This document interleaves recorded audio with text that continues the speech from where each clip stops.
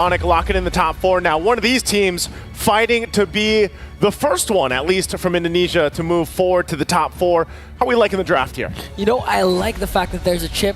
Chip has been utilized a lot by highly macro teams in terms of getting the objectives that they need and at the same time going for the split pushes. So it's interesting how TLID will play upon this chip. We'll see if the chip's going to work or not. It's the Kings versus the Champions. Who will reign on the world stage? And it starts here in game number 1. Again, a best of 5 to decide the fate for the 2 teams from Indonesia. Taking a look once again, the matchup. We always get a good glimpse at the junglers, and we saw the talk that led into this match. And, you know, Edok, man, we've seen him so much on the Cho. A lot of teams, they have decided to go ahead and deal with this pick. Make it work. It does give a lot of crowd control, obviously, but the pick-off potential is great. Early on, too. I mean, it looks like they're already making moves. Okay, they're trying to make a move onto Edok. Edok has to walk away. Here comes the Revitalize, though. And now RRQ, HOSHI turning things around. Might be able to work on Widdy. Here comes Yesgil with a Lantern Flare. Gonna try and work on Dry Rain. They're not even done, though. A lot of sustain, a lot of damage. But here comes Sutsujin, though. Not yet level 4, but they're able to take down a Widdy. An aggressive start from TLID and RRQ. A 1-for-1 trade. Fabian, little stutter step there, but now still going to break it out. Sutsujin taking a couple shots with the Soul Sever. He gets punished. It's a double already for Fabian. Flava Fave, a double kill. A bit of an overextension then from RRQ HOSHI. Even Sutsujin isn't level 4 yet. So that was just a huge play coming in from Fabian. I mean, such an extended skirmish already. You know, that's what that really broke out to, and that's where you play on the part when you have a Revitalize available. Mind you, we've been seeing teams do this where they have the double Revitalize options, and that's Team Liquid this time around. And even Dyrant, you know, he had his own, but that's what those fights and those early skirmishes are going to do. Now, how does that play into the first objective? A little bit of a lead right now for Team Liquid ID, but the fight might break out. Widdy does take a couple shots. Lantern still to throw everybody from RRQ around, but the turtle is up, and now it's going to be started up. Both teams getting in position. Fabian will hold the turtle, half health for now. Even now, Sutsujin isn't still level 4, so Fabian might be able to get the turtle, a free one for TLID, and no trade once again from RRQ HOSHI.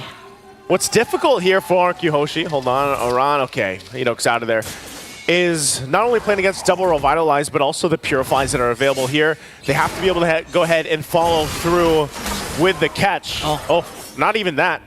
But also just playing against Widdy the Wise. The chip has worked for some teams, and honestly for others, it's also been a weak point. It's kind of double-edged sword when you pick up this chip and you bring it to a certain draft, a certain gameplay style. Now up top, still the focus trying to keep Sutsujin under control on that Joy pick, but that's the thing. I'm really interested to see how Team Liquid decides to go ahead and use the chip. It's literally bringing in the cavalry to some of the fights. But are the punishes enough? Does RQ have enough to go ahead and punish when that shortcut comes through? Honestly, it's just a bonus if ever Widdy performs or executes a beautiful shortcut. Because right now, looking at the gold level gap of Fabian and Sutsujin, that's 2 levels ahead for the Suyo. And we all know Sutsujin with the Joy, it's gonna scale up later on. But how will you make it reach if this is TLID? The aggression just keeps on continuing and continuing for TLID. For RQ, they're going to hold on to their own shortcut. That's always an option that Rins has with this Valentina pick. Really just not too anything too crazy happening. Even the fact that you have Edok on the Cho, it's kind of just getting stopped in his tracks just because of Yehezkiel has this Jushin. We've seen this quite a bit. They're able to go ahead and just stop Edok from trying to set things up. But really, you don't really want to unless Sutsujin has the ability to go forward. Fabian will keep Edok in check. Purple buff's up now, so we'll see. He's got to be able to secure that, but this is just what's going to continue to happen. You already talked about the level gap, but Fabian now working on this purple buff, and that's just going to go ahead and get taken. Turtle's up. Meanwhile, Sutsujin working on the orange, just going to get spotted out. They might break into a skirmish. They'll fight. They're going to commit. The way of the dragon. Aran has to use the Revitalize. Here comes Yesgil to the rescue with the Crimson Beacon. Gonna catch. AOG used defensively. No casualty for RRQ HOSHI, but you can see already how much lead TLID has to the point that Aran, even if he overcommits, he's not going to fall down. He's going to do his job properly, which is to delay and delay as much as possible the Joy's power spike later on. Even in this matchup, making his way. They know Aaron Shiki's there. Can he actually withstand this? Oh, blazing to it, but Aaron Shiki also has his Salmon Force. Here's come Widdy though. They're trying to work on Edok. Edok commits the kick, but he's gonna get bursted down. Coming in from Aaron Shiki. Aaron Shiki got deleted also. 3 members ganging up on Widdy the Wise, and he will fall down in the hands of Sutsujin. There's RQ Hoshi. They get 2 kills in the exchange. It looked like the shortcut came through, but the mid turret did get taken down as Team Liquid ID gets an objective. Surprising too, Skylar able to go ahead and withstand that. Yezkiel delaying them a little bit longer from recalling. Now Aaron joins the fight, can crash down on Riz. Under the turret, gets dragged back, and Aran will get the kill. Where did Aran come from? All of a sudden, Riz just got bursted down, and TLID, they already got the mid lane turret. Okay, Edok commits the kick onto Flava Fave. Will he be able to escape though? Here comes the Sever. It's gonna hurt quite a bit. Aran still has the power of Wild Wilderness. So TLID gonna go again for the purple buff steal. You're gonna take this, we'll see this time around. Suzujan's just here, just around the corner. Might actually just lose it. Again, there's a lot of pressure on that side of the jungle. And right now, even though RQ Hoshi finds a couple kills, TLID holding on comfortably to the lead that they have. And they'll play around with some of the macro decisions that they have whenever they have shortcut available. So with this building into the next objective, they might go 3 for 3 on the turtles. And it's up to RQ Hoshi to decide on how they want to approach this. They might just give up all 3 turtles and just try to play catch-up. We know that Skylar on the Claude needs more time to build up to get the items that he needs in comparison to a Harith for Aaron Shiki. Well, right now, turtles up. Radiant Armor is locked in now for Edok. That might help him dealing a little bit with this, the Jushin across from him, but so far we really haven't seen those setup kicks that we're looking for from Edok like we've seen previously, as now the 3rd turtle is locked in, secured for TLID. Yeah, and I actually like to go back to your point, because the reason why Edok is having a hard time or having trouble with finding those angles is because of the constant pressure Yezkiel has been putting onto him. And even Aran, every single burst that he can find, he's going to go in and try to get Edok out of position. So far, TLID, not just controlling all the neutral objectives, also getting a lot of ground covered for their side. I'm surprised at just how methodical this is, and that's why it's a little bit slower paced, just because TLID, they know their advantage. They can go ahead and play around the macro level. They don't have to force any fights. A lot of the times, they're just kind of responding. As long as they keep Edok in check and he's not doing what he has to do on the Cho, they don't really have to force anything. They just whittle down the turrets, get the space they need, focus on taking the buffs if they can, or at least putting pressure there, and just continue to build up. I mean, nothing action-packed has happened in the last 2 minutes or so, but they continue to build up on the gold lead that they have. So it's RQ Hoshi that has to kind of stop the bleeding here. Okay, electrifying beats for Sutsujin.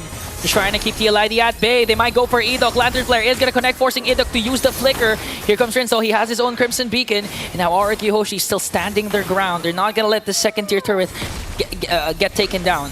Now they hold on to it, but again, they're just really holding on at this point. Now waiting for that lore to come up, and with TLID having the lead they should be able to go ahead and secure things. Finally working on the tier 2. They'll whittle this down a little bit with Aaron Shiki. It looks like RQ Hoshi doesn't want to let it go, though. They will clear out the lane and keep the turret up. But still, the rest of the pressure is just going to stay there again for TLID, and knowing that they can just let RQ Hoshi respond. This time, Rins is holding on to his own beacon. Edok, though, takes a couple shots. Aaron's going to jump in. Commits the power of Wilderness. Now he has to walk away, because he has to respect the damage coming in from RQ Hoshi, but that was more than enough for TLID to secure higher ground in this Lord pit. Again, they're just really controlling the mid lane, the bottom lane, and now even the minions are going to take down the bottom lane turret. You can see that. Again, a previous record, it's beaten by 1 second now. Fastest level 15, and that's just going to be another objective. But they go in with a shortcut. Are they going to be able to follow through? That's already the Lord taken. The shortcut to come up. They don't get any kills, but they might fight here. They commit the kick, but is it going to be enough? Though Skylar goes in with a blazing duet. Aaron Shiki onto the backline with his Salmon Force, going to be able to take down one more. AOG going to be used up defensively. Yezkiel on the other hand, going for Jiren. They're going to evade a potential death, but Fabian says no, we want more, and brings down 2. Oh man, you heard it earlier. He said, be careful. Goes in, gets a kill, and now with the Lord in favor, it's looking a little dire here for RQ Hoshi, trying to defend the base. Okay, they're ganging up on Edok. Lantern Flare is there. Edok has to walk away. The damage chunking up a lot of his health. Energy shields will be popped in the middle lane. And on to the bottom lane, RRQ HOSHI. They have to think about how to clear out this Lord as fast as possible without suffering any inhibitor turret takedowns. Here, they might be able to go ahead and clear this out. Again, only the first Lord, RRQ HOSHI, makes work of it. But they do lose space, more space around the map. They already didn't have a lot to work with. But that gold lead continues to build up as Team Liquid ID just keeps punishing RRQ HOSHI's positioning, and that's all utilizing the shortcut. I mean, that's exactly what it is. You know, 1 minute they're taking the Lord, next thing you know, here comes Team Liquid ID through a portal, crashing down. And RRQ HOSHI, they don't have an answer for it just yet. You know, even Skylar, he needs time to continue to build up. He's got the Corrosive Scythe and DHS still working on the next last item here to really come online, that Trinity for the Claude. So they're just kind of lacking some damage. Part of that was in due too, that Suzujin was just, he had a hard time in the jungle, man. He was gapped early on and until now, quite behind Fabian. Yeah, the first 2 kills that Fabian picked up onto the early game was really crucial because that opened up a lot for TLID, not to mention that they were able to take down the mid lane turret even before the 3rd turtle respawn. So Suzujin's jungle has been exposed rapidly, and I just noticed Aaron Shiki already has a death. And now they're trying to go for Ezekiel, forced to use the Crimson Beacon. Skylar going in with the Blazing Duet. Now they're going to work on Fabian. There's the kit, but Witty goes in with a shortcut. They're going to be able to break down Ezekiel and Fabian. Here comes the Kingdom, trying to answer back, working on Aaron Shiki. Rins used the Crimson Beacon to walk away, but Dyron, though, is going to get caught, though, by TLID. For the price of Skylar, they were able to take down Ezekiel and Fabian. There we go, RRQ HOSHI able to find something. Yes, Skylar went down. But that was a fight that they decided to take. They jump on in and they follow through from Dyron. But man, do they have ground to cover. Even looking at the gold rankings here between the heroes and the lanes, they have a lot of work to do. Even for Skylar, like I mentioned, he was nearly there for the 3-item power spike that is for the Claude, which just locked in the golden staff. But you don't want to go ahead and lose all those fights. If they can get a couple kills, that's great, but can they actually go face-to-face in a team fight for the Lord? It might be better for them to go ahead and continue to try to farm up, buy some more time in this game because of how one-sided the early game was. TLID will go ahead and start this up, and this is going to be a quick one. Already half health on the Lord, and RRQ HOSHI going to be too late to get in this side of the map. They will try to get the purple buff at least. You can see that too, Aaron Shiki picking up Divine Glaive, enough too just to take Dyron down, you know, to half health. So that's what's in store for RRQ HOSHI as you get ready for this defense. Now Ingon, are they going to get past this? Are they going to get past this Lord push in, being down this much? I mean, it's still possible. Although I believe they're gonna suffer inhibitor turret takedowns. But again, I do want to commend Aran because Aran has been covering a lot of ground, providing a lot of vision for the side of TLID without even being taken down even once. 104 with the Hilda. Now the Lord later on will siege in the bottom lane. Let's see if RRQ HOSHI, the Kingdom, can they defend it? RQ's gonna have to do it. They get prepped and ready. Rin's holding on to the beacon himself, and Aaron Shiki jumps on in. Lord still makes its way down the bottom side to clear out the waves. Edok doesn't want to use the kick just yet, holding on to the Way of the Dragon. Conceal. Lord's going to go push in. Conceal going to be used, but still keeping things under control, taking their time. Bottom turret now down. RRQ HOSHI will clear that out. Mid-wave now pushing in. We're going to take this. Conceal's already going to be used. Oh, okay. Here comes Arando onto the back. Edok commits the kick. Plus the Blazing Duet, will they be able to take down more? Arana is going to fall down. Skylar with the Blazing Duet to try and clear out the minions. Suzujin, Dyron is down. TLID trying to work on bringing down the crystal. But RRQ HOSHI manages to defend the onslaught of TLID. Fabian goes in. Edok has to walk away. They don't have minions. Skylar goes 1v1, but there's a Winter Crown. 2 Winter Crown plays. Skylar might be able to escape, but Aaron Shiki says no. And then another. Edok falls down. And TLID with a game 1 win. What a play, and Aaron Shiki coming in at the end to get the triple. This game, he might not have been invincible, but man, did he come through in game number 1. 14 minutes, 2 seconds in.